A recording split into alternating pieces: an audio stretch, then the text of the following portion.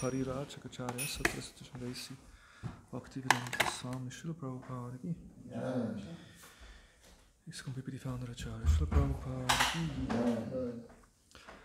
Ananta Koti Vaishnava Vrinda Ki, Grantaraj Srimad Bhagavatam Ki, Grantaraj Sri Chaitanya Charitamrita Ki, Jai Gaur Premanande, all glories to the assembled devotees, all glories to the assembled devotees, all glories to the assembled devotees, all glories to Shri Guru and Gauranga, Srila Prabhupada.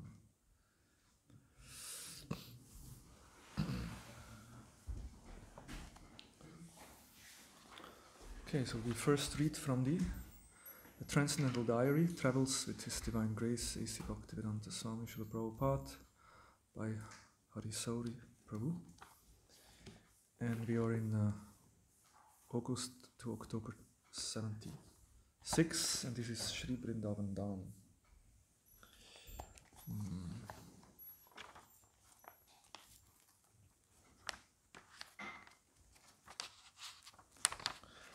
Some news came today about Africa. Brahmananda and Chiyavana Maharaj have written to Tamal Krishna Maharaj and Bhagavan telling them not to come there as everything is all right, so they did not go. Prabhupada said this was disturbing news. He is very concerned about our affairs in Africa and the behavior of his two leaders. In the late evening, as he climbed the back staircase to his room on the roof, he again said that the situation should be investigated. And then there is one more. We have not seen Charana-Ravinda Prabhu in Prabhupada's garden for a few days. Srila Prabhupada noted his absence in the evening and asked me to inquire where he was.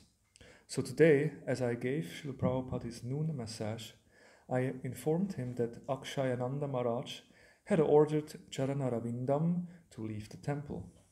Why? Srila Prabhupada asked with concern. Well, Maharaj said that Charana-Ravindam was too eccentric. Apparently, he causes trouble in the ashram. Akshayananda said he was always arguing with him and refused to do what he was asked, so he kicked him out. Prabhupada was not at all happy to hear the news. How is it that Akshayananda can send him out? Well, he's the temple president, I said. So I guess he felt that he couldn't have anyone in the ashram who wouldn't follow his instruction. The best servant is the best leader, Prabhupada said, talking about Akshayananda. He was clearly perturbed by what he felt was a misuse of position by Akshayananda.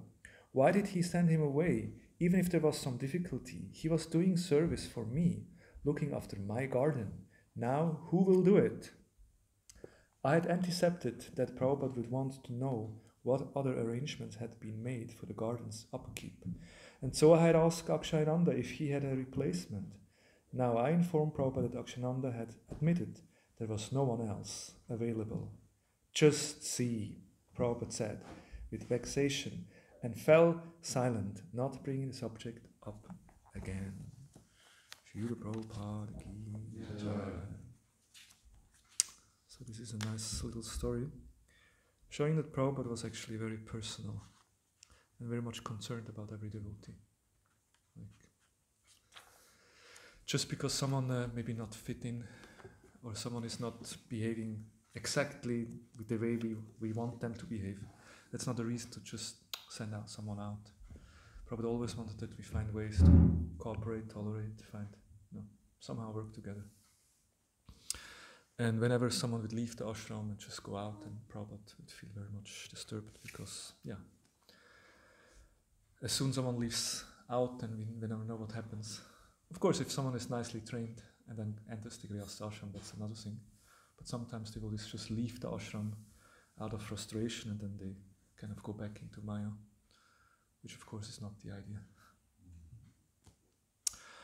Alright, then today is Sunday, so we read from the Sri Chaitanya Charitamrita. Jaya Jaya Sri Chaitanya Jaya Nityananda. Jaya Jaya Sri Chaitanya Jaya Nityananda. Jaya Advaita Chandra Jaya Gaura Bhakta Vrinda. Jaya Advaita Chandra Jaya Gaura Bhakta Vrinda. Jaya Jaya Shri Chaitanya Jaya Nityananda.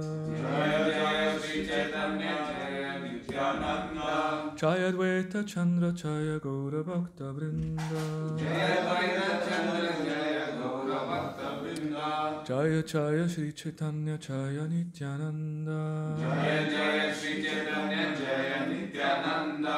Jaya Dvaita Chandra Jaya Gaura Bhakta Vrinda. Jaya Dvaita Chandra Jaya Gaura Bhakta Vrinda. Reading from Sri Chaitanya Charitamrita, Matya Lila, chapter 5, entitled The Activities of Shakshi Gopal, text 159 to 161. And with this we end the chapter. And I guess for the last couple of weeks, months, you were hearing the pastime of Shakshi Gopal, right? So today is kind of the ending of that. Okay. Brahmanya Deva Gopalera Mahima Edanya. Brahmanya Deva Gopalera Mahima Edanya. Nityananda Bhakta Yara Shrota Shri Chaitanya. Nityananda Bhakta Yara Shrota Shri Chaitanya. Brahmanya Deva Gopalera Mahima Edanya. Brahmanya Deva Gopalera Mahima Edanya. Nityananda Bhakta Yara Shrota Shri Chaitanya. Nityananda Bhakta Yara Shrota Shri Chaitanya. Brahmanya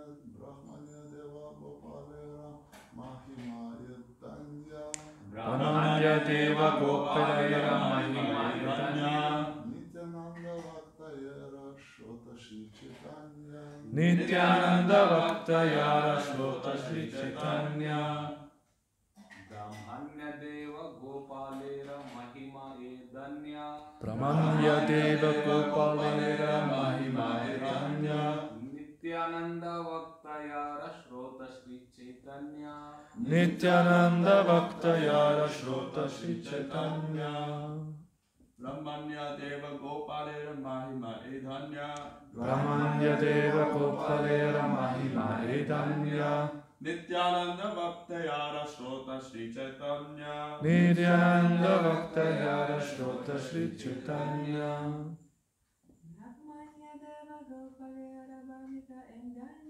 Brahmanya Deva Gopalera Mahima Edanya. Nityananda Bhakta Yara Shrota Shri Chaitanya. Brahmanya Deva. Brahmanya Deva. The Supreme Personality of Godhead, The Supreme Personality of Godhead. who is merciful to the Brahmanas. Who is merciful to Brahmanas. Gopalera Gopalera. of Gopala. Gopala. Mahima. Mahima. Glories. Glories. These. These. Dhanya. Dhanya. Glorified. Glorified. Nityananda. Nityananda. Lord Nityananda Prabhu. Lord Nityananda Prabhu. Bhakta. Bhakta. The speaker. The speaker. Yara. Yara. Of the narration. Of the narration. Shrota. Shrota. The hearer. Hearer. Shri Chaitanya. Shri Chaitanya. Shri Chaitanya Mahaprabhu. Shri Chaitanya Mahaprabhu. Translation and purport by His Divine Grace, A.C. Bhaktivedanta Swami Srila Prabhupada Ki. Jai. The glories of Lord Gopal, who is merciful to Brahmanas, are very great. The narration of Shakshi Gopal was spoken by Nityananda Prabhu and heard by Shri Chaitanya Mahaprabhu. Purport. There are 4 points of instruction one should consider in the story of Shakshi Gopal. First, deity Archa Vigraha of Sri Gopala is eternal Satchidananda Vigraha, the transcendental form of the Lord. Second, the deity surpasses material regulative principles and extends the reality of transcendental principles.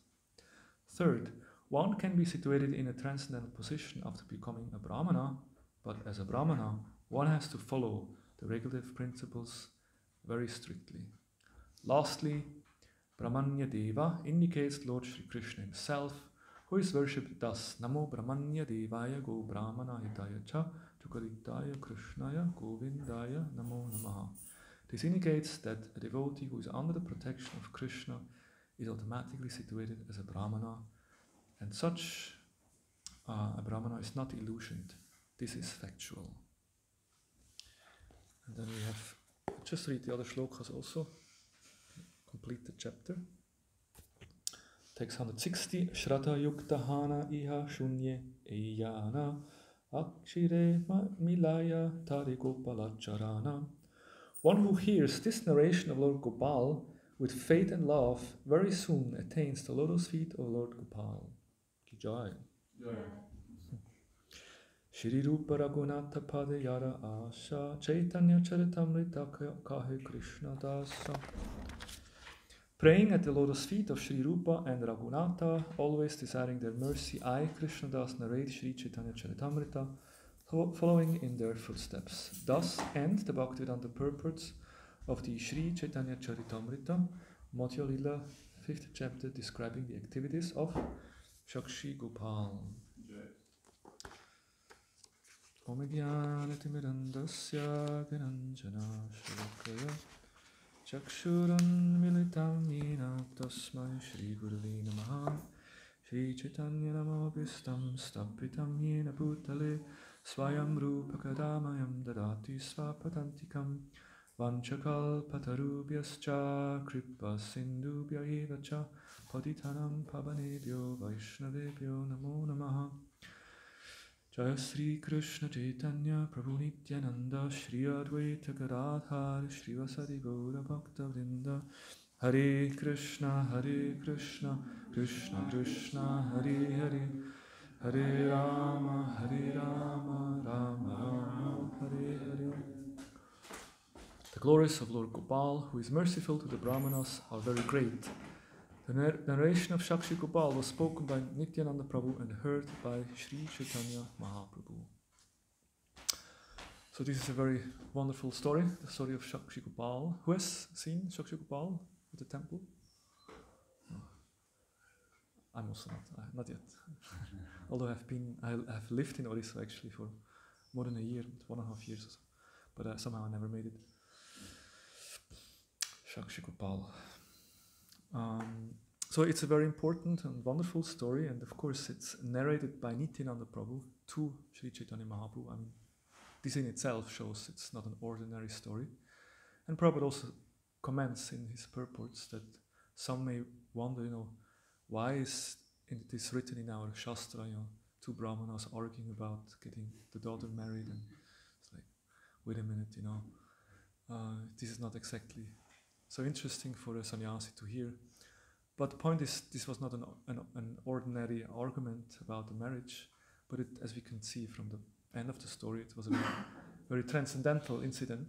And also both of the Brahmanas were very pure, actually.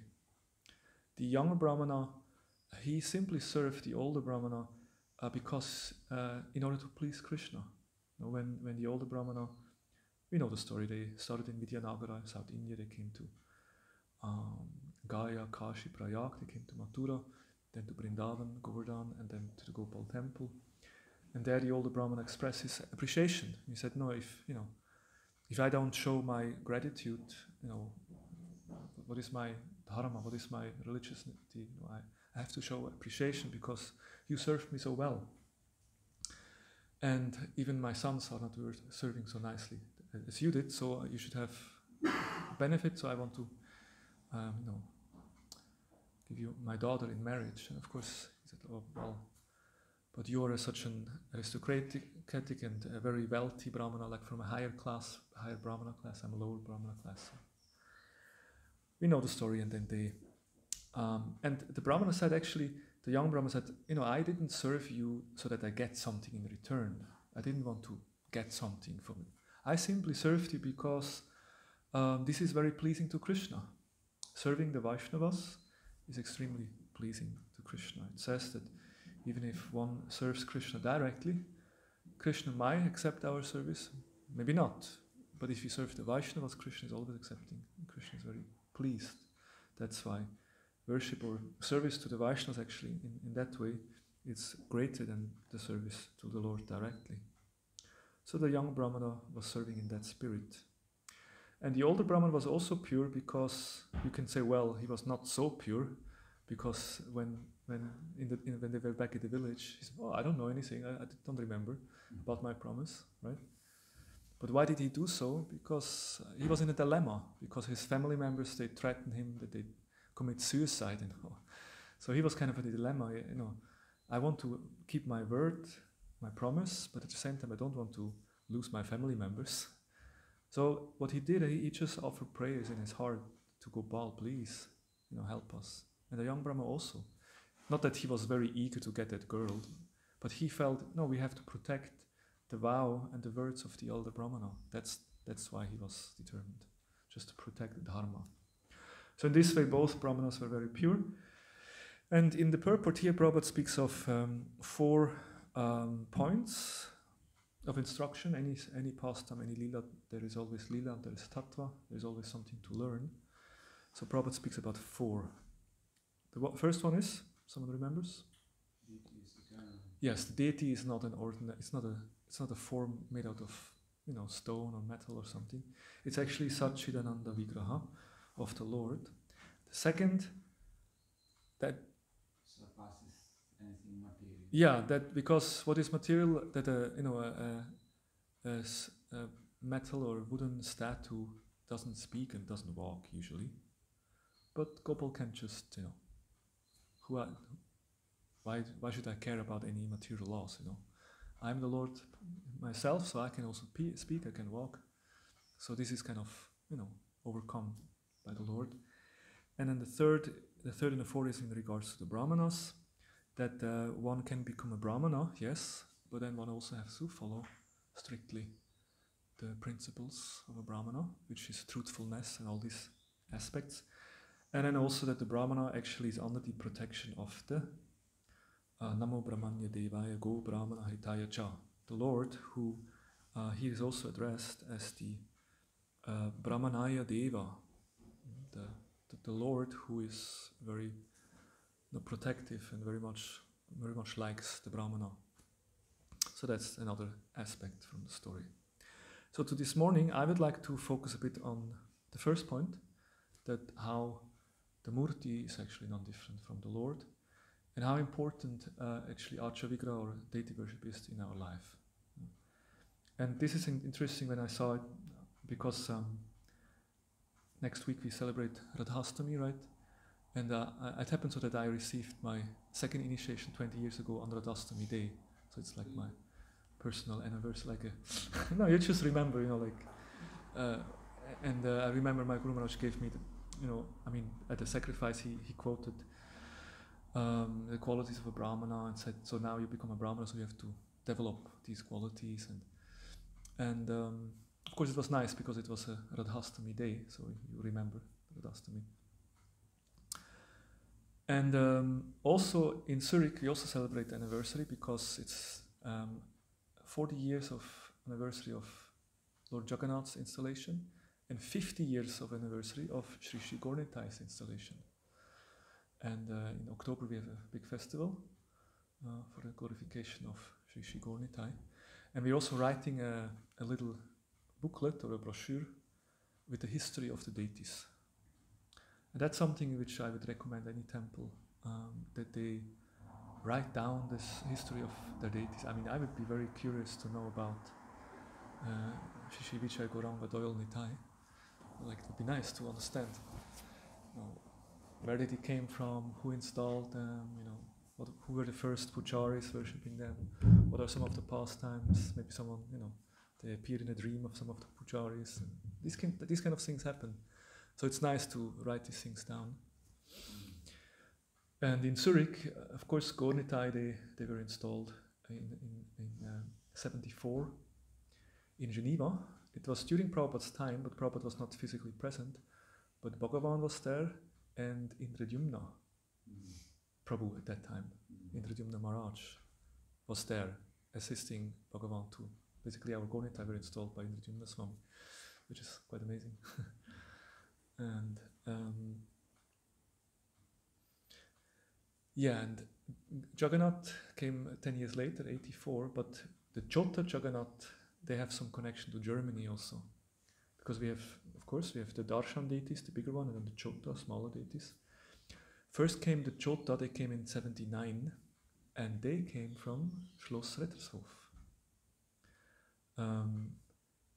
Because I think Guru Garanga, or was it Harikesh, Guru Garanga, the leaders wanted to surprise the Swiss Sankran devotees after the book marathon. And on the 1st January, when the Mangal Arti, when they opened the curtain, all of a sudden Jagannath was on the altar. And it was Ribol, Jai Jagannath. So the idea was just Jagannath is visiting. At least that's how I heard the story. Jagannath is visiting Zurich. Not Zurich, that was in Düdingen. It was a place between Geneva and Zurich. And then the Swiss devotees, they just didn't give the Jagannath deities back. And I think the devotees in Schloss Rettershof weren't so happy about that. But Jagannath just remained in Switzerland. And this, then later on, the big deities were installed. So yeah, in this regard, we are doing interviews with senior devotees and writing the story. So that's one of the services I'm doing right now, just putting together these stories. So looking forward to publish that booklet. We'll share some copy also. But yeah, that's why my kind of my meditation is anyway on deity worship at the moment. And I just find it quite amazing how deity worship, how important it is actually is for our life, spiritual life. And you are very fortunate because you have so beautiful, most beautiful Gonitai. These Gonitai are so amazing. Extremely beautiful. So, and in this story, a very important shloka, which Prabhupada often quotes, Pratimana itumi shakshat vrajendra nanda vipralaki karatumi akarya karana. When the younger Brahmana went back to Vrindavan and argued with Gopal, please you have to come, and then Gopal said, wow, how can I walk? I'm a statue, I can't walk. Have you ever seen a statue walking? And he said, well, if you talk, you can also walk. What's the problem? And then he gives this shloka. He says this: my dear Lord, you are not a statue. You are directly the son of Maharaj Nanda. Now, for the sake of the old Brahmana, you can do something you have never done before, which is just walking. Why not? You can do it. Don't. No, basically the deities, they pretend to be deities. No? Like Gauradesh stands here like this. They pretend to be just deities, But actually, Gauradesh, they are here. It's not that they're actually here. They pretend to be a murti, just a statue, but they're not. They're actually directly here. So, and in this way, it's interesting that in our line, in our tradition, we have two. We have the Bhagavat Marg and the Pancharadrika Vidhi, right? Bhagavat Marg is the hearing and chanting, the path of the Srimad Bhagavatam. And then the Pancharadrika Vidhi is more the worship in the temple, the worship of the deities. And Srila Prabhupada would say, he would explain, there are two different ways of approaching the Supreme Lord. One is called Bhagavat Marga, and the other way, the way of Srimad Bhagavatam, and the other is called Pancharadrika Vidhi. Pancharadrika Vidhi is the method of temple worship, and the Bhagavat Vidhi is a system of 9 processes which begin with hearing and chanting. The Krishna conscious movement accepts both processes simultaneously and thus enables one to make steady progress on the path of realization of the Supreme Personality of Godhead. So if one takes both this process, then that's very good. And you can also say they can be compared to 2 tracks of a railway. Zwei Gleise. Zug, der fährt, das sind 2 Gleise. So similarly, one track alone will not be of use, but combined, the 2 tracks create a perfect path for the train to reach its goal. And similarly, when we use both paths, the Bhagavat and the Pancharadrika Vidhi, then this is perfect. And I don't know, some of you know there is a book, it's called Amritavani. It's a book compiled by disciples of Srila Bhakti Siddhanta Saraswati Thakur, and what they did, they kind of asked question, and then they just gave from lectures and conversations and from letters of Bhakti Siddhanta, they write an answer, and they put another question, and then write the answer of Bhakti Siddhanta. It's not that Bhakti Siddhanta actually had a conversation, an interview, but they just take texts which are explaining something nicely, and then they put a question. And in this way, it's a very nice book. In this way, many topics are addressed. So in our His Holiness Swami Bhagavan Keshav Maharaj did the same thing with Prabhupada's teachings in his little book, The Essence. What is it called? I think Essence, it's called. This little book in English. Same principle, like very basic question: what is the goal of life? What is Bhakti Yoga? And there's always an answer. The answer is taken from Prabhupada's teachings. I think it's a nice. So I did the same for deity worship, asking questions and then taking Prabhupada's quotes. This will be part of the book, like of this brochure, as introduction, because even if people are not familiar with deity worship, so in the beginning of this little booklet, we will have these Prabhupada Vani on the deity worship. So the first question I put here is, what is the Archa Vigraha and why does the Lord appear in such a form? And then Prabhupada answers, the transcendental form of the Lord installed in a temple is non-different from the Lord personally.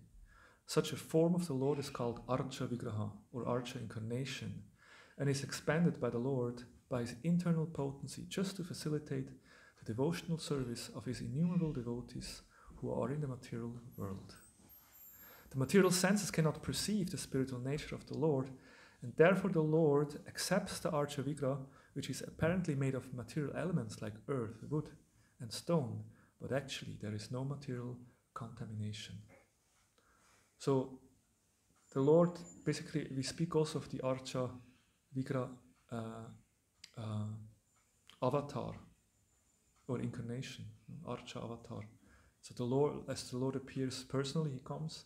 He also appears in sound. We say that the holy name is also an avatar of the Lord. The Srimad Bhagavatam is an avatar. And the Archa Vigraha is also an avatar. It's a way the Lord appears. And it's actually the Lord's mercy because we are not able to see Krishna.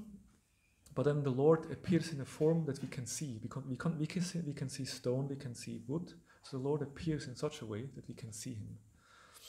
But actually it's not wood, it's not stone, but it's actually the Lord. And of course sometimes people ask, because the whole deity worship thing is, for new people, it's quite something, like, wow, wait a minute, what is this? And it's interesting that in the 60s, 70s, many yogis came to America and they kind of presented some spiritual path, some philosophy. But, nobody thought of, in introducing temple worship, they brought some yoga, they brought some mantras. But Prabhupada, from the beginning, okay, now let's establish a temple, let's have an altar. In the beginning with pictures of Panchatattva, also Panchatattva, like God in 5 principles, It's not so easy to understand immediately. But Prabhupada did it, and he made sure that he established so many temples. And for a beginner it's not so easy to understand, but Prabhupada gave a nice example.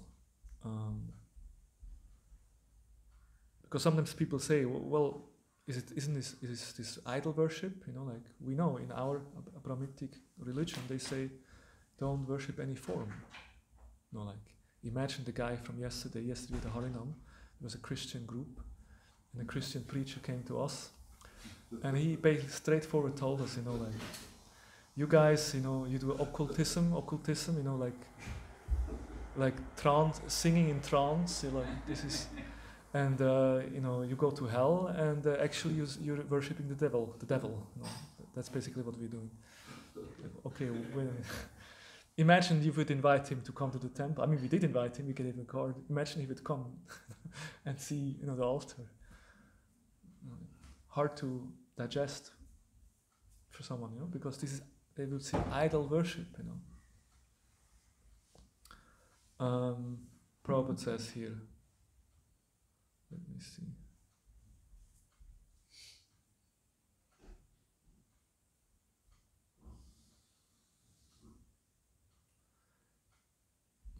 worship of the Supreme Personality of God in his form within the temple is not idol worship. There is evidence in Vedic literature that worship may be saguna or nirguna, with possessing attributes or not possessing.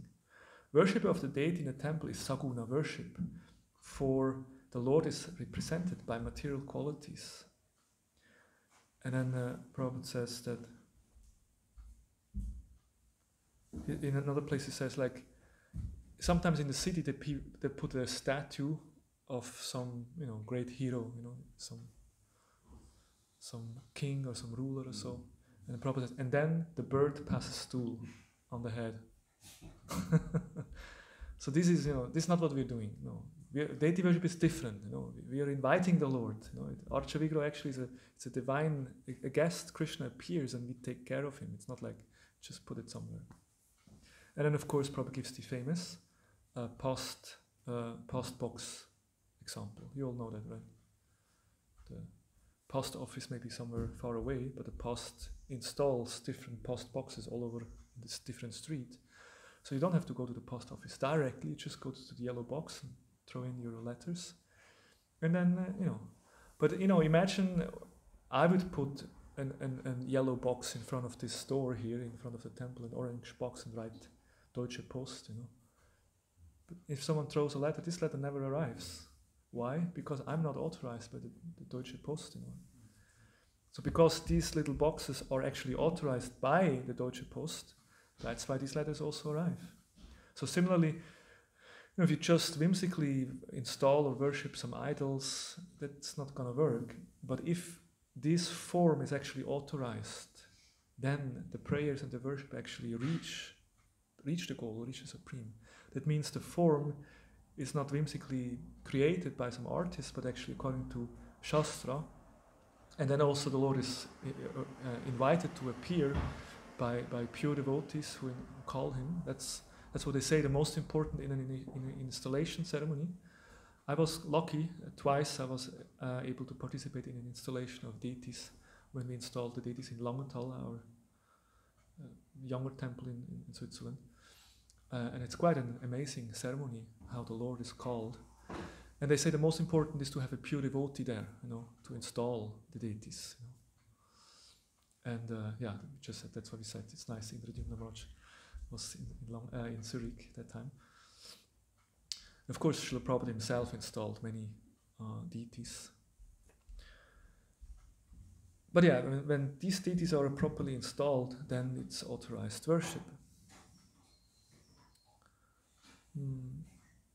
There are so many more things we could say about this. And what is also very interesting to understand is that deity worship is part of the 5 samskaras in the Pancharatrika Vidhi.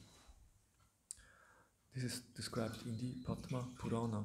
Tappa paundrastata noma mantro yakyascha panchama amihi panche samskara paramai kanta hetavaha.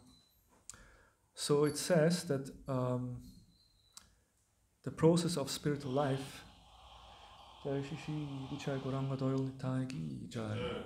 the whole idea of spiritual life actually is the transformation. We spoke about this, I think, on Monday.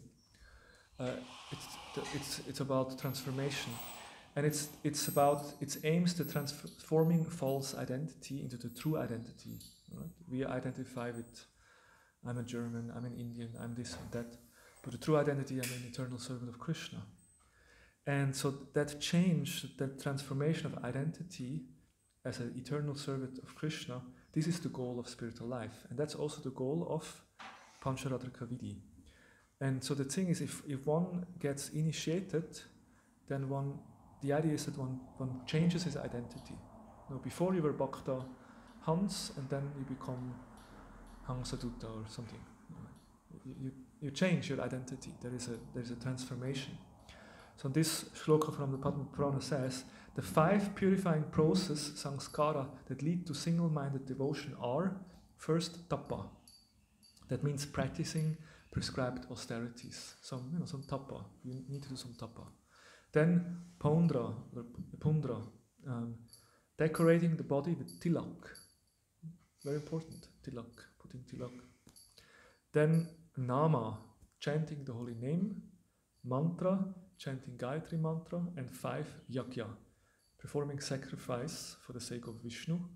And yajna can mean yajna, swaha, but also deity worship of the Lord.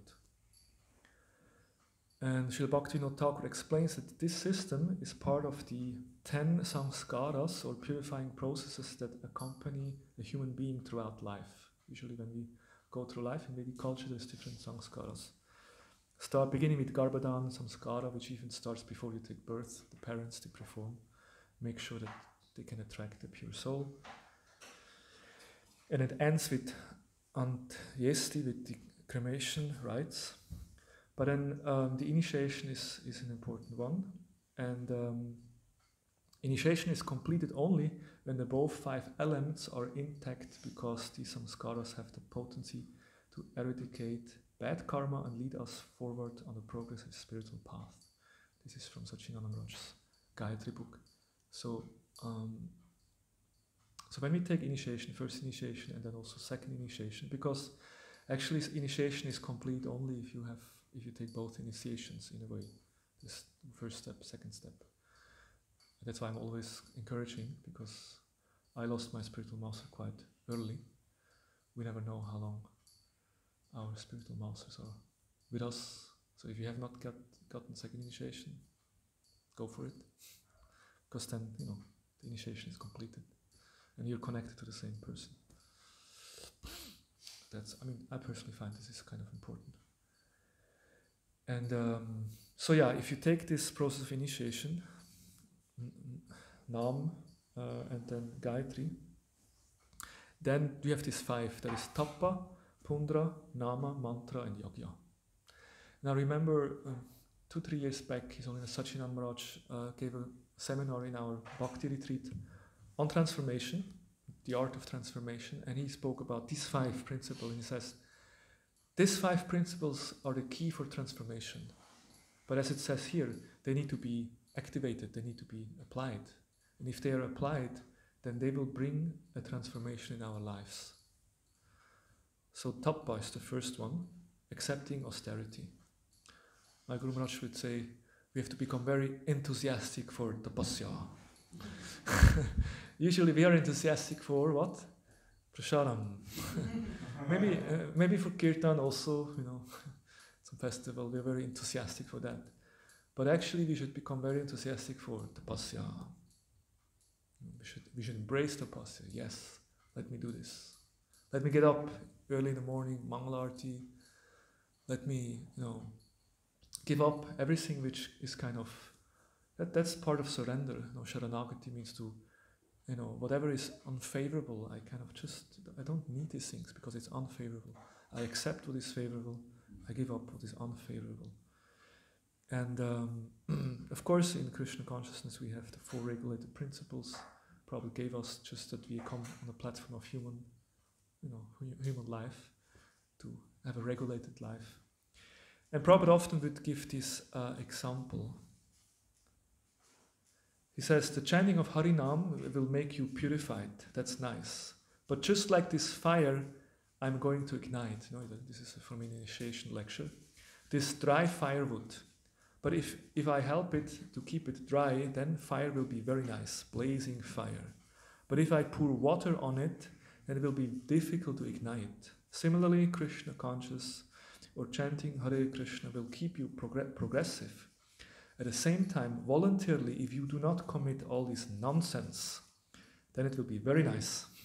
And if you continue this water pouring, then not gonna work. So I think it's a very nice picture. We can always see the picture. It's fire burning. And if you put water, then fire is going out. And that putting water is illicit sex, gambling, intoxication. What else we have? Meat eating. Yeah. So if you do these things, then this is like pouring water on the fire. So that's always something to. And that's why we want to have a burning fire of Krishna consciousness, and therefore we should be enthusiastic to be strict in these vows. Then Pundra, applying tilak.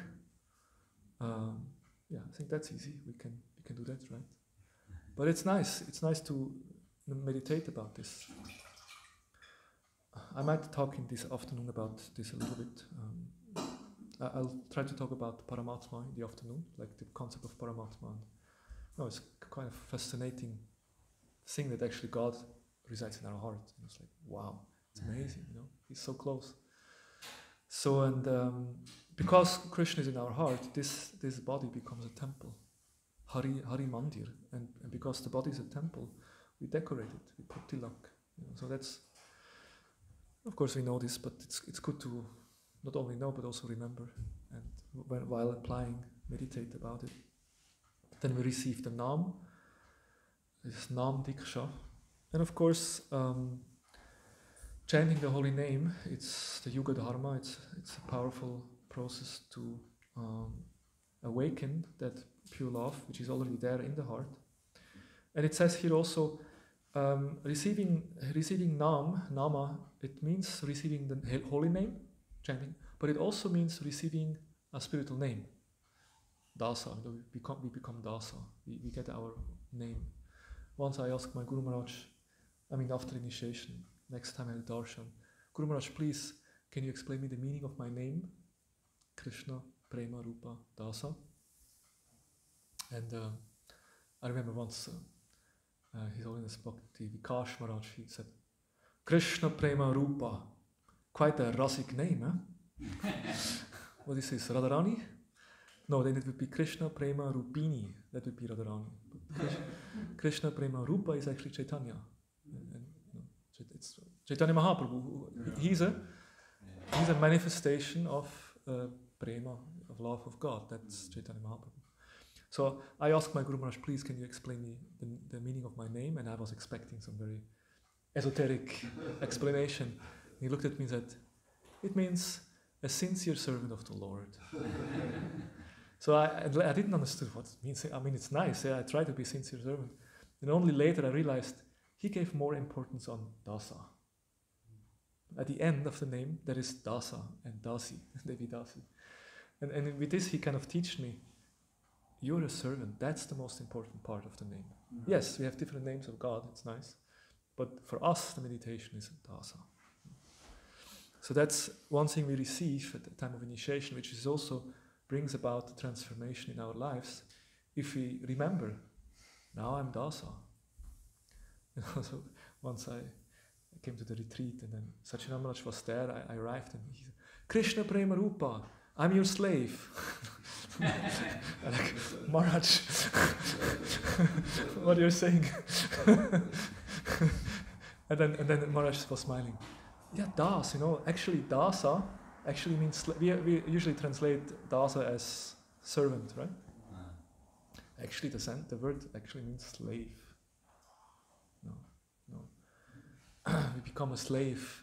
Either you're a Godasa or a Krishna Dasa. Either you're Godasa means you're a slave of your senses, and you're really a slave.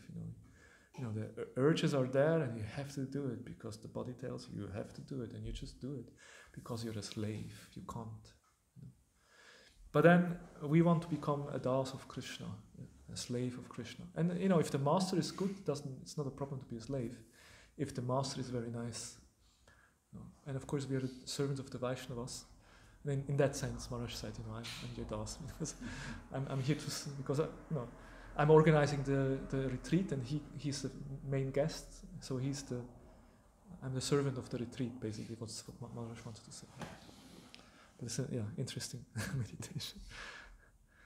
And then his mantra, there's Gayatri mantra, which Gayatri mantra is also very powerful because while the holy name reawakens the pure love of God, the Gayatri mantra is breaking the shackles of material binding. Like basically, it destroys our material life. That's what the Gayatri mantra does. It's very powerful. The attachments that we have, that will be taken away through chanting the Gayatri. And then Yajna is the worship. Yajna is the procedure of worshipping the Lord by engaging in physical and mental faculties in worshipping the Archa Vigra and the Shalagram Shila. So by worshipping, by basically engaging our mind, our senses, our body in the direct service of the Lord, this is a very powerful way also which brings about a transformation. And I remember 3 years ago when Maharaj spoke about this, I reflected, okay, I follow the principles, I chant Mahamantra, I chant Gayatri, I put Tilak usually, so that's all there. What about worship? Of course, I have been doing altar service since I received my second initiation, and for a couple of years I did a lot of altar service. When I got initiation, the next morning I was on the altar, because there was a need of pujaris, and then I started to do the rest of the deities, mainly Jagannath, and also did the Shila Puja. So usually I did Shila Puja and then dressing, and then during the day some artis. So that was a service I did for a couple of years, and then I became temple president. And when I became temple president, the head pujari left, not because of me, but just happened so. And we didn't have a head pujari. So the first, and I thought, okay, then I'll just be also the head pujari. No, the temple president means you're responsible. Whatever is, if temple president means basically you have to do everything. Of course you have to delegate, but if nobody's there, then you have to do it yourself.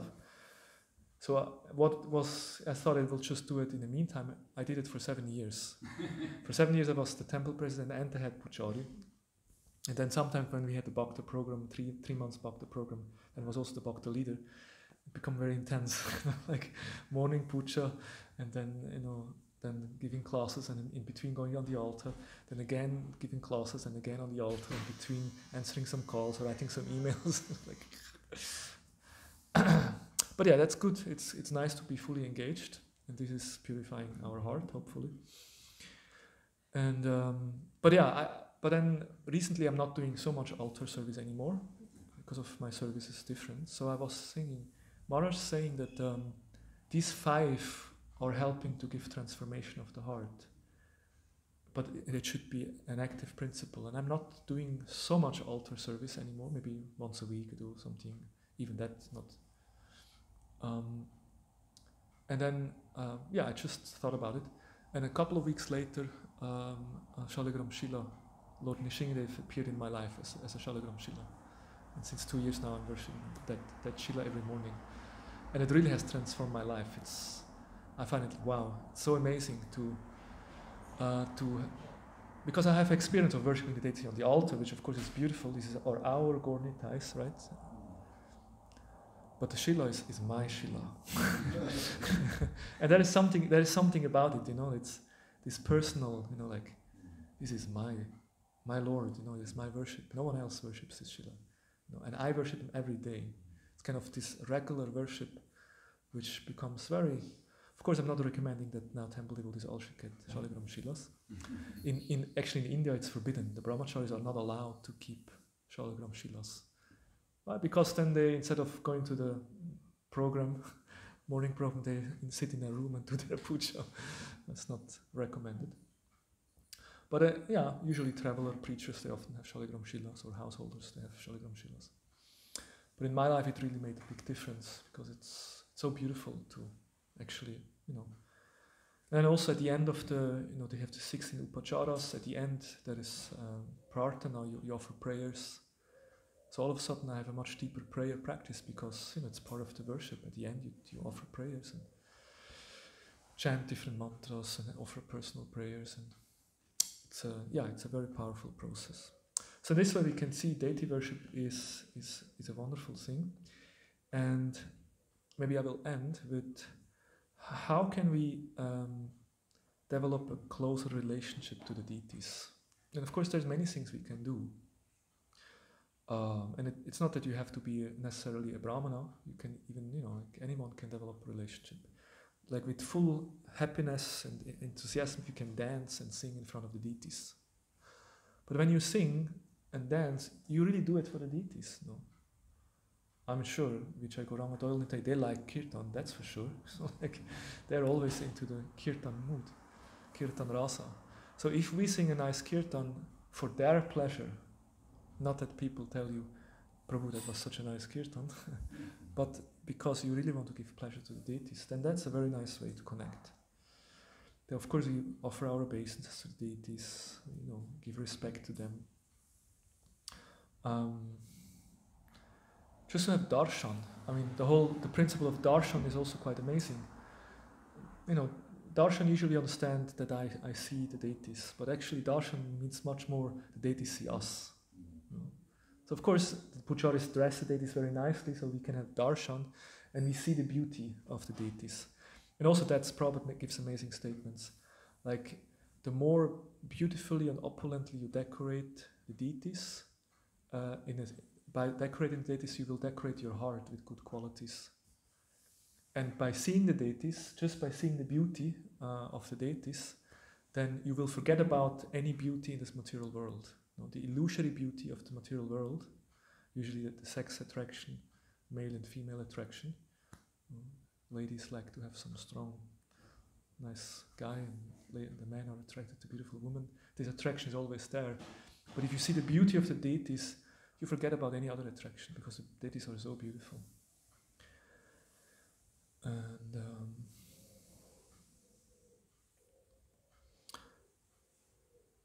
And then also, and then not only we see the deities, but the deities sees us. In India, sometimes you see people, they do like this. Have you seen this? I don't know how exactly they do. They pull on their ears and their nose, and do some gesture, right? This is custom.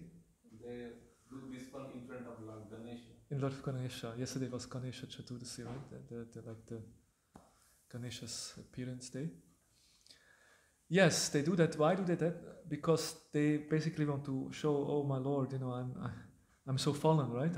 I'm a sinful person. I did some mistake. Please forgive me. No. Yes? Yeah. Okay. Good. So, but the point is, the idea is we present ourselves in front of the Lord, and that's, oh Krishna, you see my heart, you know what's going on. Please, shower your mercy that I may improve, that I become more sincere. So, and each time we stand in front of the deity, like again, the Lord sees us. So we try to. That's why we have fresh clothes, nice tilak, because we want to present ourselves for the pleasure. They should be happy to see us. Not like, oh my God, this guy again. But no, here comes my devotee. Haribol. Krishna is happy to see us, hopefully. Then of course we can bring gifts. Said we should never come empty-handed to a temple. Of course, those who live in a temple, we have given our lives, right?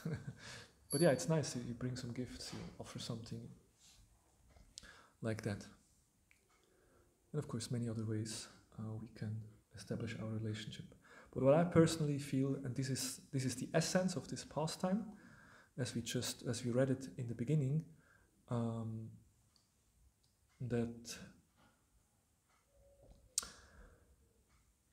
Pratimana, to me, Shakshat Brajendra, Shakshat, the word Shakshat we know, it's the Lord, you are directly Shakshat, the son of Nanda Baba, Rajendra Nandana.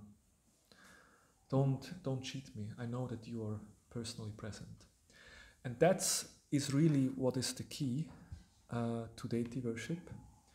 That whenever we do deity worship, whenever we come in front of the altar, we should always try to remember Krishna is actually, he's really there. And the more we develop that personal attitude and approach, the more the deity also will reveal himself. And we can practice, as I said, kirtan, we can try to do it for the pleasure.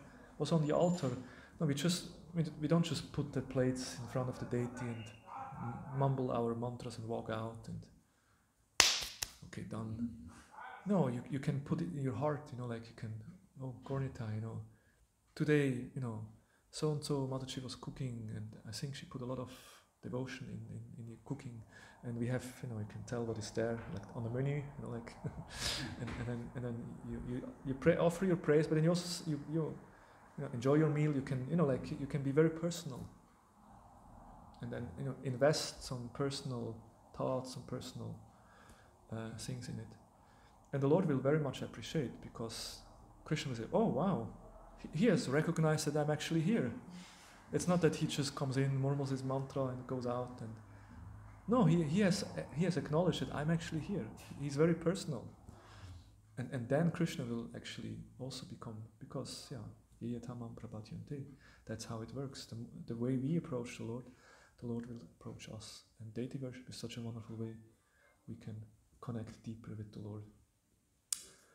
Hare Krishna, Krishna Krishna, Hare Hare, Hare Rama, Rama Rama, Hare Hare. Okay, I didn't say anything new, but sometimes it's good to reflect about again. Maybe some of you have some realization with deity worship or some pastimes or questions here. I have a question. I think when Srila Prabhupada he installed Krishna Balaram in Vrindavan, he told the devotees, actually all inviting the brahmanas and performing the installation, it's just a formality. They are installed just by clapping and chanting Hare Krishna. Yeah. So I want to ask what actually is the difference of actual installation? And we hear devotees saying that actually installing they are more powerful somehow, so what is the difference? Yeah, and that's an interesting thing. I guess we have to balance a little bit, because there is many statements by Prabhupada where Prabhupada really emphasized Yuga Dharma. There are statements like, you may close your temple, but you have to go out every day for Harinam. This is our real business. Go on the street, sing the holy name. Temple is not so important. These kind of statements are there. Even closing the temple. So giving much emphasis on the holy name, and this is a famous example that they had priests, brahmanas from South India, they did all the puja and so. And he said, I did it mainly that nobody is criticizing us. We're doing it properly. But we understand it's the holy name, Yuga Dharma Sankirtan, which actually calls the Lord. So these statements are there, and certainly Prabhupada wanted to make it very clear that the Bhagavad Marg is the main thing, and that's what we are following. At the same time, the Goswamis gave the examples. The Goswamis, they did not only chant Hare Krishna and write Bhakti Shastri, they established temples, they established worship.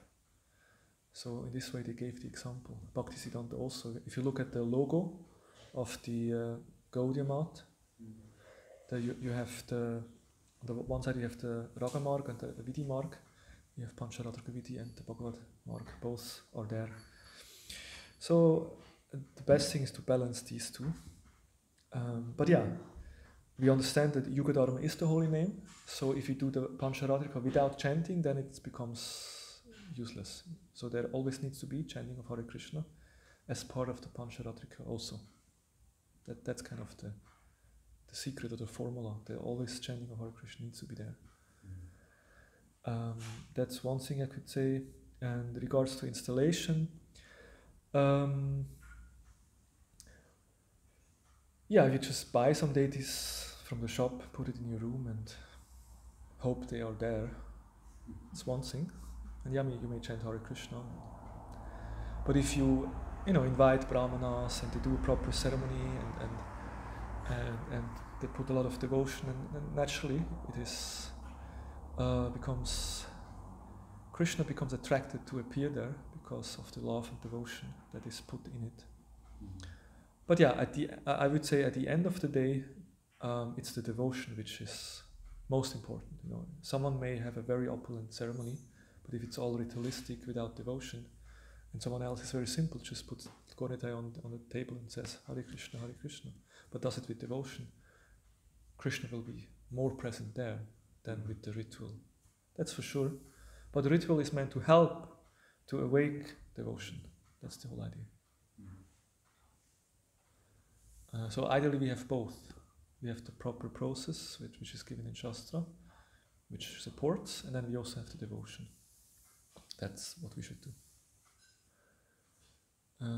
Of course, home worship is like, then you are the temple president, you're the head pujari, you define the standard, like when you get the deities, you give, and that's important in deity worship, that you maintain. It can be simple, like the first thing what I did when I received that Shalagram Shila, I wrote down on paper, this is my standard from day one, This is what I will do every single day without fail. And this is the minimal standard. And of course, if I have more time, I can do additional things. But that's the minimum. And that everyone should establish. If you worship your own deities or shilas at home, you should have a minimum standard. Write it down and present it to the deities. You promise, this is what I will offer you, and then you keep it. Then you maintain it. Not that one day you worship, one day you don't worship. That's not deity worship. Once you start, you have to do it. And better keep it a little simple, and then you can always add.